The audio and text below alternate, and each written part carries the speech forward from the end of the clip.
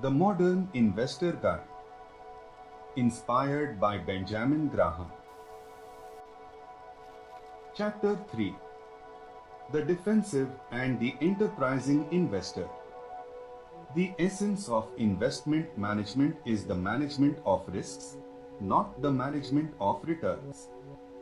Benjamin Graham. Two paths to intelligent investing.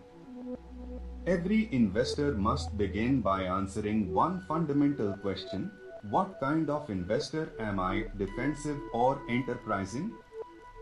Graham divided investors not by wealth or education, but by temperament and effort. The defensive investor seeks safety, stability, and peace of mind. The enterprising investor seeks superior returns through careful analysis and effort. Neither approach is superior. The right one depends on your personality, patience, and level of involvement. Let's understand each path in depth. The defensive investor, the guardian of capital. The defensive investor's priority is not to lose money.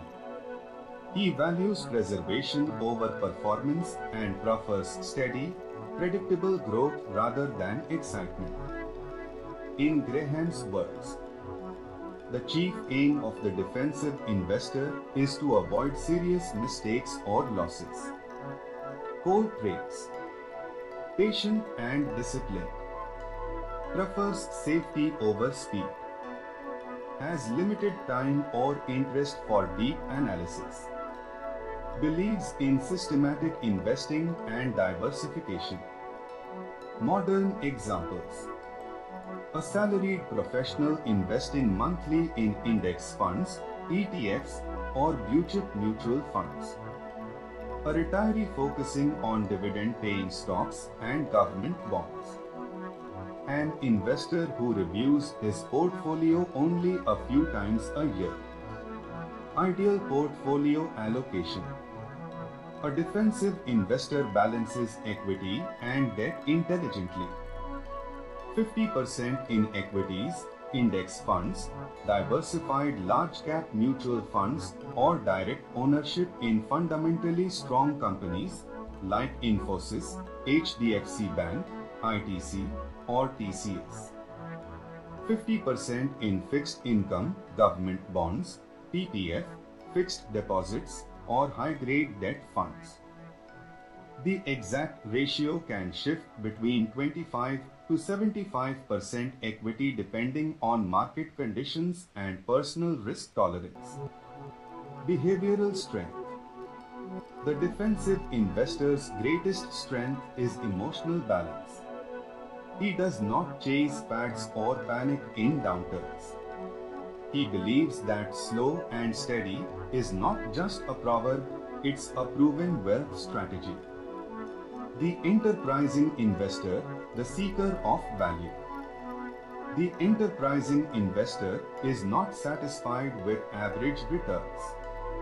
He is willing to put in the effort, study deeply, and act decisively to find undervalued opportunities. But, and this is critical, his activity is based on analysis, not impulse. Core traits: analytical and curious. Comfortable reading financial statements. Has the temperament to hold unpopular opinions. Patient enough to wait for undervalued opportunities. Modern examples: a trader or investor who studies fundamental metrics like pay ratio, book value, and cash flow to find undervalued stocks. An investor buying beaten down quality mid-caps during market panic. A person who uses market corrections to accumulate high-value stocks for long-term compounding. Core strategy: the enterprising investor seeks to buy undervalued stocks below intrinsic value. Avoid overhyped growth stories. Hold patiently until the market recognizes true value. He may not buy frequently, but when he does, his decisions are rooted in strong logic, not emotion. Blended strategy for the modern investor. In today's dynamic markets, most investors fall somewhere in between the two categories. You can blend both approaches depending on your confidence and experience. For example, keep 70% of your capital in a defensive structure, mutual funds, bonds. Use 30% for enterprising pursuits, value picks, special situations. As your knowledge grows, you can adjust this balance. The intelligent approach is flexibility with discipline. How to be a defensive investor step by step. Choose quality funds or stocks. Prefer established, dividend-paying companies with consistent earnings. Diversify across sectors. Avoid concentration, spread risk across industries. Rebalance once a year. Bring your portfolio back to the desired equity-debt ratio. Avoid timing the market. Invest regularly, SIP, instead of predicting highs or lows. Ignore short-term news. Focus on the next 10 years, not the next 10 days. How to be an enterprising investor step by step. Master fundamental analysis. Learn valuation metrics, P/E ratio, PB ratio, ROE, and free cash flow. Build a watch list of quality businesses. Study companies with strong balance sheets but temporarily low prices. Wait for fearful times. Buy when panic discounts good companies. Keep a margin of safety. Never buy without a safety cushion. Review rationally. Reassess your stocks quarterly, not daily. Cut mistakes fast. If the investment thesis breaks, exit decisively. Lessons from Indian markets. Let's see both investor types in real market contexts. 2020 market crash. The defensive investor continued SIPs calmly. The enterprising investor bought quality stocks at deep discounts. Both profited because both acted intelligently according to their nature. 2021 bull run. The speculator bought blindly. The defensive investor stayed diversified. The enterprising investor booked profits and waited. Intelligence lies not in market timing but in self-understanding. Key lessons from Chapter 3. Know yourself before knowing the market. The defensive investor protects capital, the enterprising investor grows it. Risk tolerance defines your strategy. Both approaches can succeed if followed with discipline. Blending both methods offers stability and growth. Emotional intelligence matters more than analytical brilliance. The intelligent investor's greatest strength is not in prediction, but in self-awareness. Chapter 4. The margin of safety, the central concept. The essence of investment management is the margin of safety, the foundation of intelligent investing.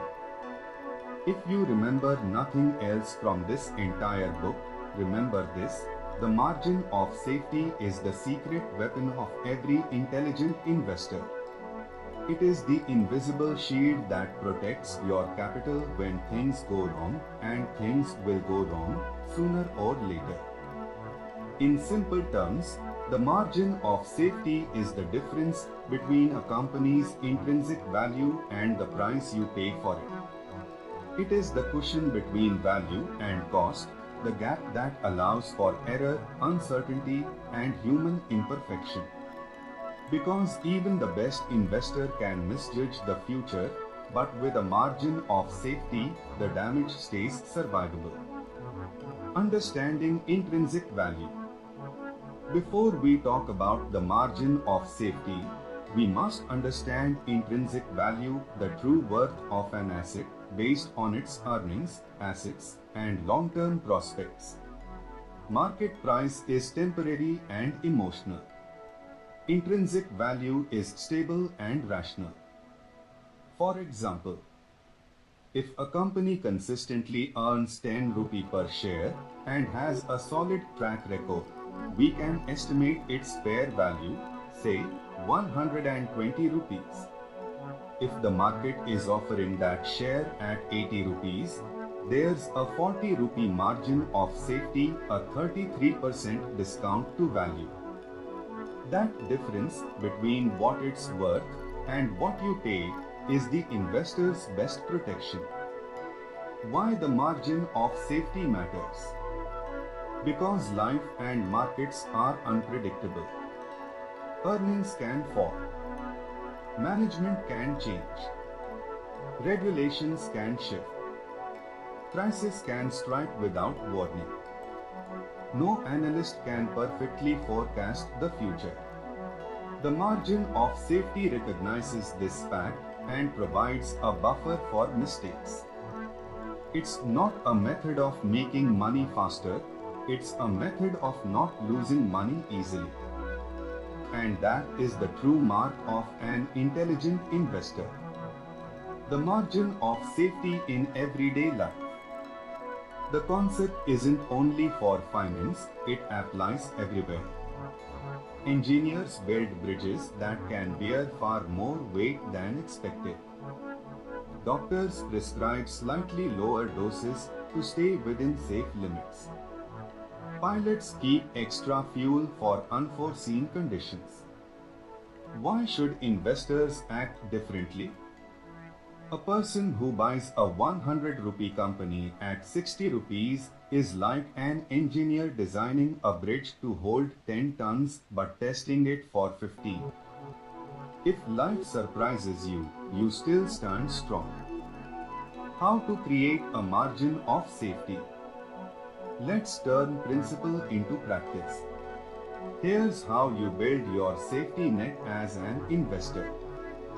Buy below intrinsic value, estimate the company's worth using earnings, assets, and business quality, then buy only if the market offers it at a meaningful discount, usually 25 to 50% below value. Choose financial strength, prefer companies with low debt, consistent earnings, and strong cash flow. Financial stability is a hidden safety margin by itself. Diversify wisely. No matter how smart you are, you'll be wrong sometimes.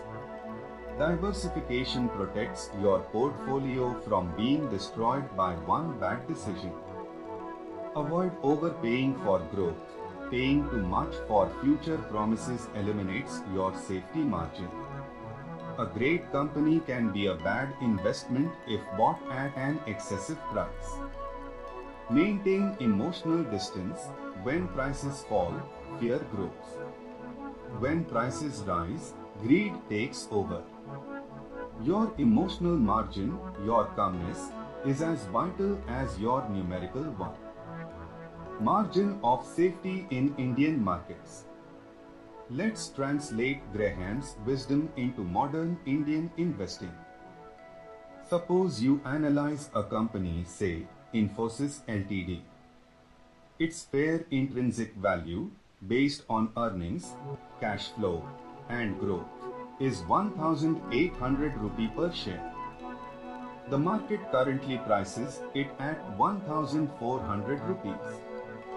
Your margin of safety is equal to 400 rupees, about 22%. You may choose to invest because even if the market falls or profits decline slightly, your purchase price already includes a cushion. But if the same company trades at 2,300 rupees, there's no safety margin left, it's pure speculation. The margin of safety and bonds. Graham originally developed this idea in the bond market. When you buy a bond, you expect regular interest payments and return of principal at maturity. The safety margin there comes from a company's earnings covering interest expenses multiple times, a conservative debt ratio, the bond being issued well below excessive valuations. If a company's earnings are 5 times higher than its interest payments, the bond has a strong margin of safety. Margin of safety for mutual fund investors. Even if you invest through mutual funds or ETFs, the concept still applies. Choose funds with reasonable valuations, not chasing momentum sectors. Prefer consistent, long-term performers over flashy short-term winners. Invest gradually, SIPs, which automatically builds safety by averaging your purchase cost. When there is no margin of safety. When you buy high PE stocks in euphoria, follow tips blindly, or chase speculative rallies, you are operating without a margin of safety. That means you are trusting perfection, that nothing will go wrong, no earnings will fall, no panic will come. But markets are never perfect. So when they correct, such investors suffer the hardest losses. The intelligent investor always leaves room for error. The psychology behind the principle. The margin of safety is not just a financial tool, it is a state of mind. It teaches humility, the recognition that we can be wrong. Speculators believe they are always right. Intelligent investors believe they can always be wrong and prepare accordingly. That humility is what protects and enriches them over decades. Key lessons from Chapter 4. The margin of safety is your ultimate protection against error. Intrinsic value is your anchor, price is just an opinion. Buy only when you have a comfortable discount to value. Diversification and financial strength expand your safety. Avoid speculation, it erases your margin. Patience and humility are emotional safety margins. The greatest investors win not by predicting right, but by losing little when wrong.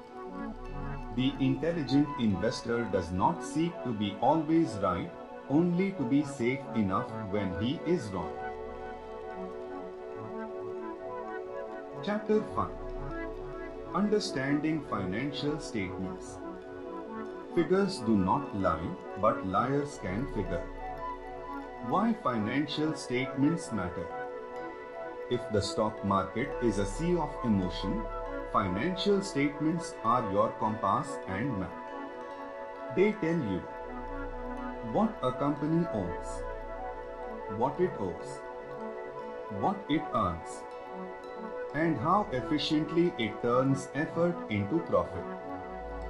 For the intelligent investor, this is not about becoming a financial expert, it's about gaining clarity and confidence before investing your hard-earned money. The 3 essential financial statements. Every listed company publishes 3 main reports. Each tells a different story, but together they reveal the company's financial truth. The balance sheet, what the company owns and owes. The balance sheet shows the company's financial position at a single point in time. It has 3 parts: assets is equal to liabilities and shareholders' equity. Assets, what the company owns, cash, buildings, machinery, inventory, etc. Liabilities, what it owes, loans, supplier payments, tax dues. Equity, the owner's share of the business, capital plus retained earnings. A strong balance sheet means low debt relative to equity, sufficient cash reserves, assets that produce revenue, not idle ones. Rule of thumb, a company with debt to equity below 0.5 is generally considered financially strong. Example, if Infosys shows 1 rupee of debt for every 3 rupees of equity, it's financially stable. But if another company borrows 5 rupees for every 1 rupee of equity, it's walking a tightrope. The income statement, how the company earns and spends. This is a report of profit and loss over a period, usually a quarter or year. It lists revenue, sales, operating expenses, interest and taxes, net profit or loss. What matters most is consistent profitability and growing earnings per share (EPS) over time. Rule of thumb, look for companies with growing revenue and stable or rising net profit margins. Example, a business whose sales grow 10% yearly while profits grow 15% shows improving efficiency.